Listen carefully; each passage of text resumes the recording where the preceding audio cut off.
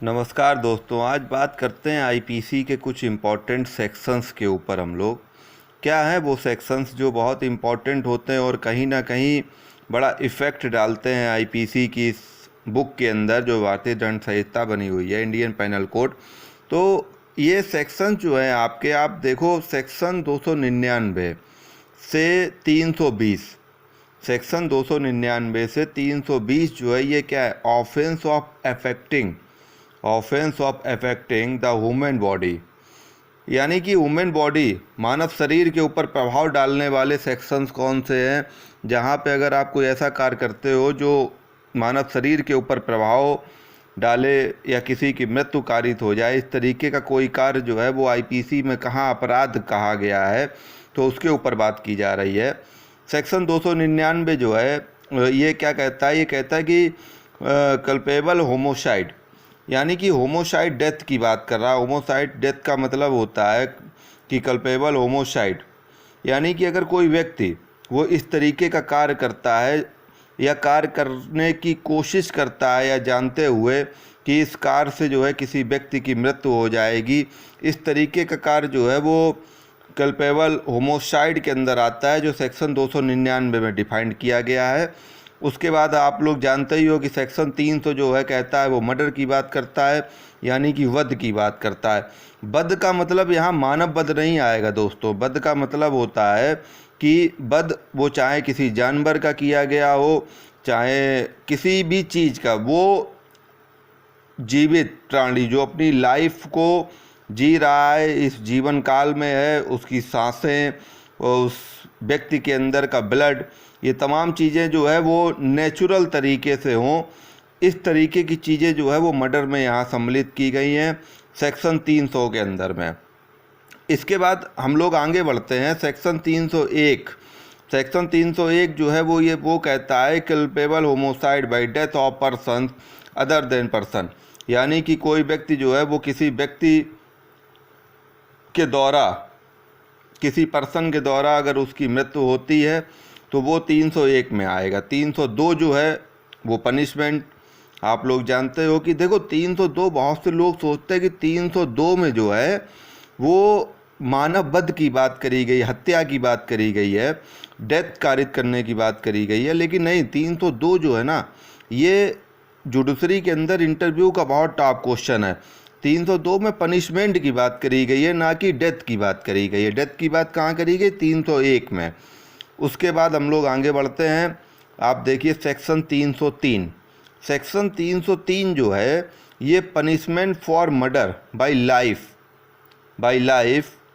Convict, यानी कि punishment की बात कर रहा है। कहाँ, कौन सा पनिशमेंट? कि punishment for the murder bye life, यानी कि अगर कोई किसी व्यक्ति को उम्र कैद की सज़ा दी गई है, तो उम्र कैद मतलब लाइफ इम्प्रिजनमेंट, उम्र कैद की सज़ा, वहाँ पे वो किस तरीके से उस कंडीशंस में अगर कोई कार्य कर देता है तो उसके ऊपर ये सेक्शंस लागू होगा। 303।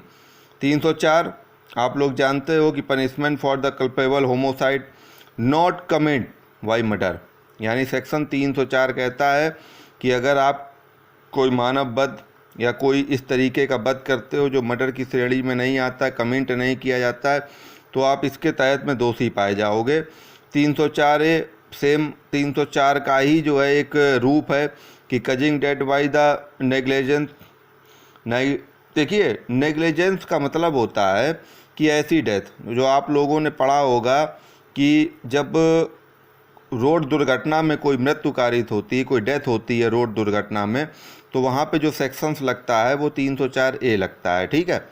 उसके बाद 304B की हम बात करें, डाउरी डेथ की बात करता है 304B। डाउरी डेथ आप लोग जानते हो, दहेज हत्या।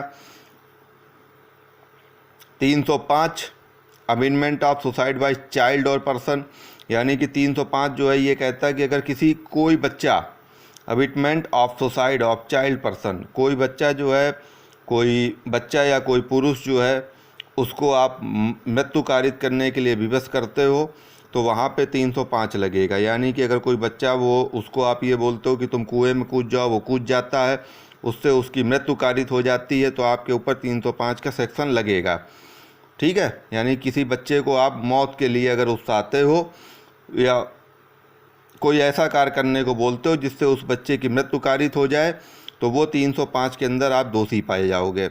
इसके बाद हम लोग आगे बात करते हैं 306 की, अमिटमेंट ऑफ सुसाइड।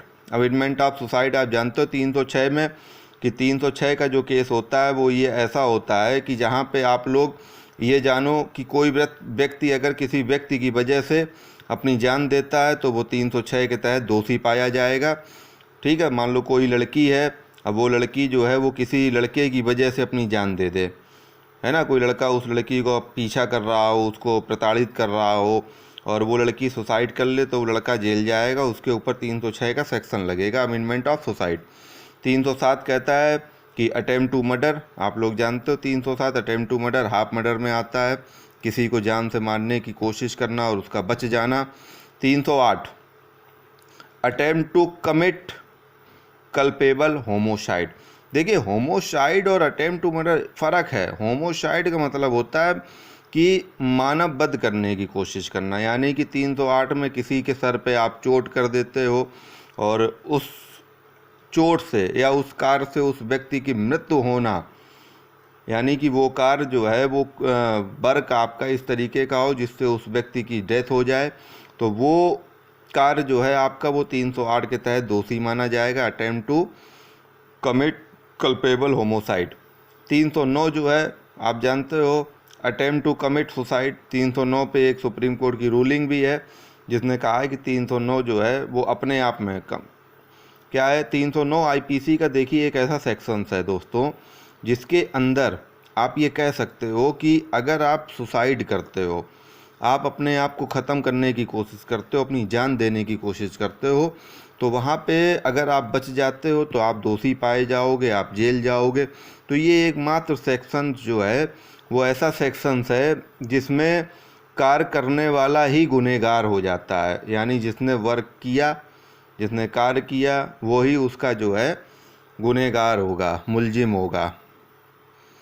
310 ठग की बात करता है। 311 में इसका पनिशमेंट दिया गया है। आगे हम लोग और बात करते हैं तो आपका जो है सेक्शन 312, सेक्शन 312 जो है ये बहुत इम्पोर्टेंट सेक्शन है। सेक्शन 312, 313, 314 और 315। सेक्शन 312 कहता है कजिंग मिसकरेज। कजिंग मिसकरेज का मतलब होता है कि भ्रूण हत्या, गर्भपात करवाना, गर्भपात से संबंधित ये सेक्शन है 312। ठीक है। 313 कहता है कि causing miscarriage without women consent.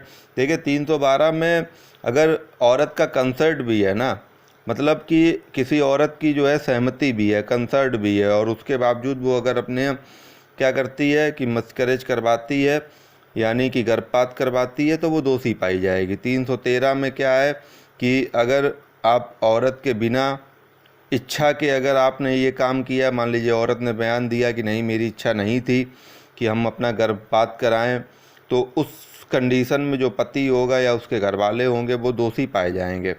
314 क्या कहता है कि death caused by act done with intent to the causing miscarriage, यानी कि कहता है कि अगर आप गर्भपात करवाते हो, 314 जो है बहुत इंपॉर्टेंट सेक्शन है कि गर्भपात करवाते समय अगर औरत की मृत्यु हो जाती है तो आप 314 के तहत दोषी पाए जाओगे। 315 जो है वो कहता है कि act done without intent to the prevent child being born alive, यानी कि 315 कहता है कि अगर कोई बच्चा जन्मजात शिशु है, नवजात शिशु है, आप उसकी हत्या करते हो, आप कोई ऐसा कार्य करते हो जिससे उस नवजात शिशु की मृत्यु कारित हो जाए, तो आप 315 के तहत दोषी पाए जाओगे। तो आप लोगों से अनुरोध है कि कल आगे इस सेक्शंस के ऊपर हम लोग स्टडी करेंगे और आगे की पढ़ाई हम लोग जारी करेंगे, कोशिश करेंगे आईपीसी को कंप्लीट करने की। और इंग्लिश और हिंदी दोनों का यूज इसलिए किया है कि जो इंग्लिश वाले स्टूडेंट हैं वो इंग्लिश में चीज़ों को समझें, जो हिंदी वाले स्टूडेंट हैं आप हिंदी में उसको समझिए। लेकिन कहीं ना कहीं आईपीसी को आपको हिंदी में समझना पड़ेगा, उसकी लैंग्वेज को समझना पड़ेगा, तभी आप एक क्रिमिनल के अच्छे डिफेंस एडवोकेट बन सकते हो। ठीक है दोस्तों, तो चैनल को अच्छा लगे, मेहनत अच्छी लगे तो आप लोग लाइक करें, सब्सक्राइब करें, शेयर करें, जिससे वो तमाम स्टूडेंट इसका फ़ायदा ले पाएँ, बेनिफिट ले पाएँ। जय हिंद, जय भारत।